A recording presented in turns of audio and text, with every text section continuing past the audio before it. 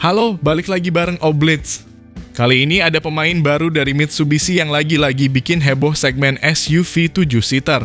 Yes, ini dia Mitsubishi Destinator GLS varian paling basic tapi justru jadi kartu traf Mitsubishi.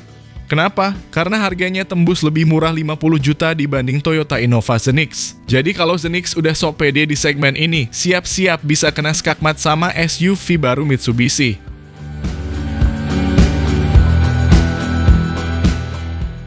Secara tampang, meskipun ini varian GLS alias entry level, Destinator nggak kelihatan murahan.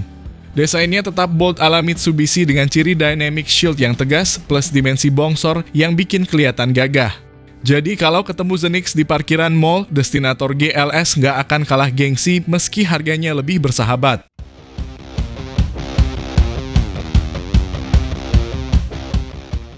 Lanjut ke jantung pacu, Destinator GLS dibekali mesin 1,5 turbo bertenaga 161 horsepower dan torsi 250 Nm. Dipasangkan dengan transmisi CVT, mesinnya ini cukup responsif buat SUV keluarga. Bandingin sama Zenix bensin non-hybrid yang mesinnya naturally aspirate, jelas Destinator lebih enteng buat nyusul di tol atau nanjak ke puncak bawa penumpang penuh.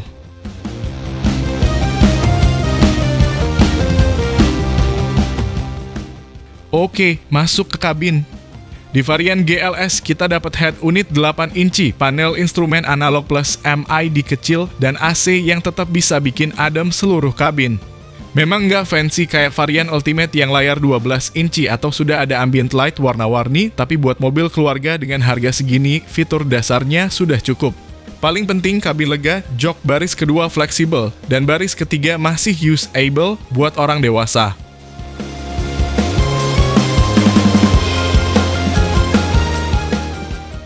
Nah, disinilah poin menariknya. Dengan harga mulai 385 jutaan, Destinator GLS bisa kasih value lebih dibanding Zenix yang start dari 430 jutaan. Jadi kalau ada yang bilang mending Zenix karena Toyota lebih gampang jual lagi, ya memang benar. Tapi kalau ngomongin fitur, performa, dan harga, Destinator GLS ini bisa bikin Zenix ketar-ketir.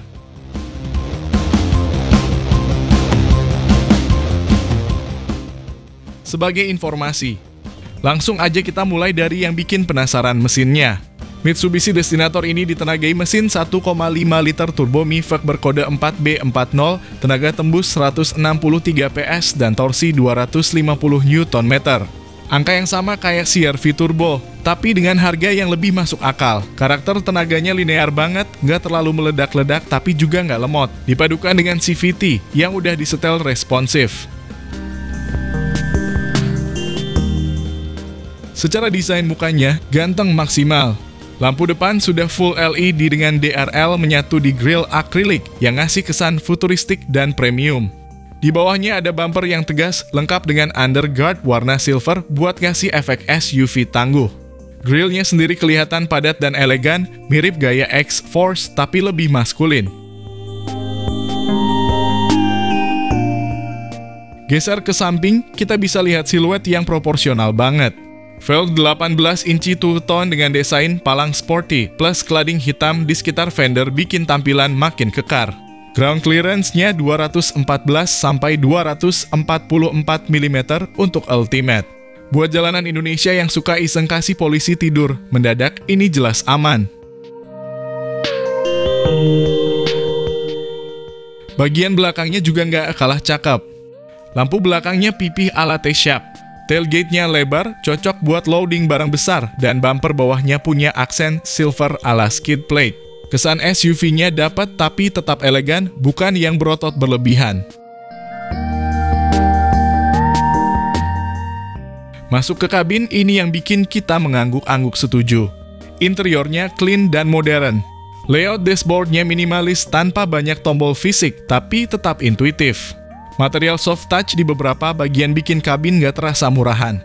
Ada ambient lighting 64 warna dan ini SUV pertama Mitsubishi yang pakai ambient kayak mobil Eropa. Kursinya nyaman dan lebar dengan pengaturan elektrik untuk pengemudi. Baris kedua lega bisa sliding dan reclining, sementara baris ketiga cukup manusiawi untuk anak muda atau orang dewasa di bawah 175 cm. AC triple zone bikin semua penumpang adem merata. Ada panoramic sunroof juga yang bisa dikontrol dari layar, bukan tombol fisik. Gokil!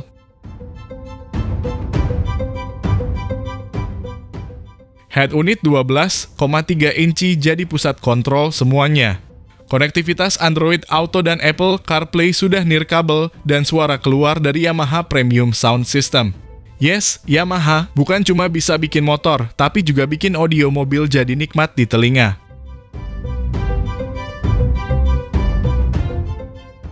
Fitur banyak, mulai dari auto hold, electronic parking brake, kamera 360, wireless charging, power tailgate, hingga air purifier bawaan pabrik. Untuk ukuran SUV harga segini, fitur-fitur ini bikin rival dari Jepang jadi kelihatan pelit. Sistem keselamatannya juga nggak main-main. Ada paket lengkap Mitsubishi Safety Sensing yang meliputi Adaptive Cruise Control, Blind Spot Warning, Rear Cross Traffic Alert, hingga Forward Collision Mitigation. Bahkan ada Leading Car Departure Notification, jadi mobil bisa ngingetin kalau mobil depan udah jalan tapi kita masih sibuk ngaca.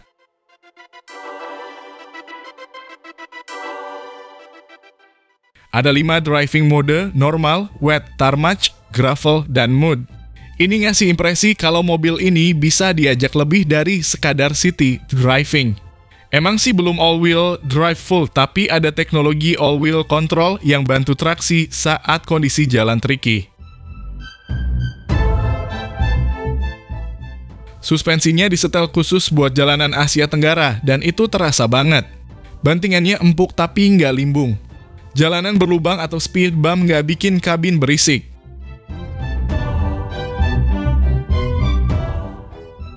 Build quality-nya solid, panel nggak ada yang bunyi-bunyian aneh. NVH alias Noise Vibration Harshness juga terkendali.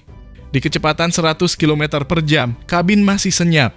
Kaca ganda di depan juga bantu redam suara luar. Di sini terasa effort Mitsubishi menjaga kualitas meskipun unit ini dirakit lokal.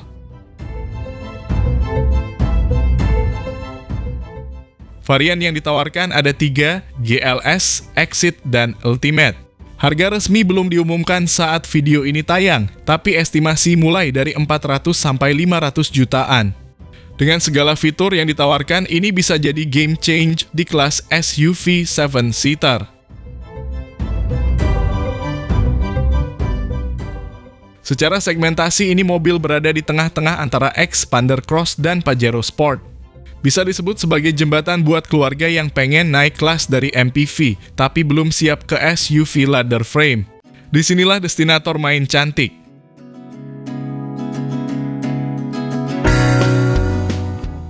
Jadi bisa dibilang, ini SUV murah mewah turbo pertama Mitsubishi dan yang lebih gokil, pertama di dunia debutnya di Indonesia.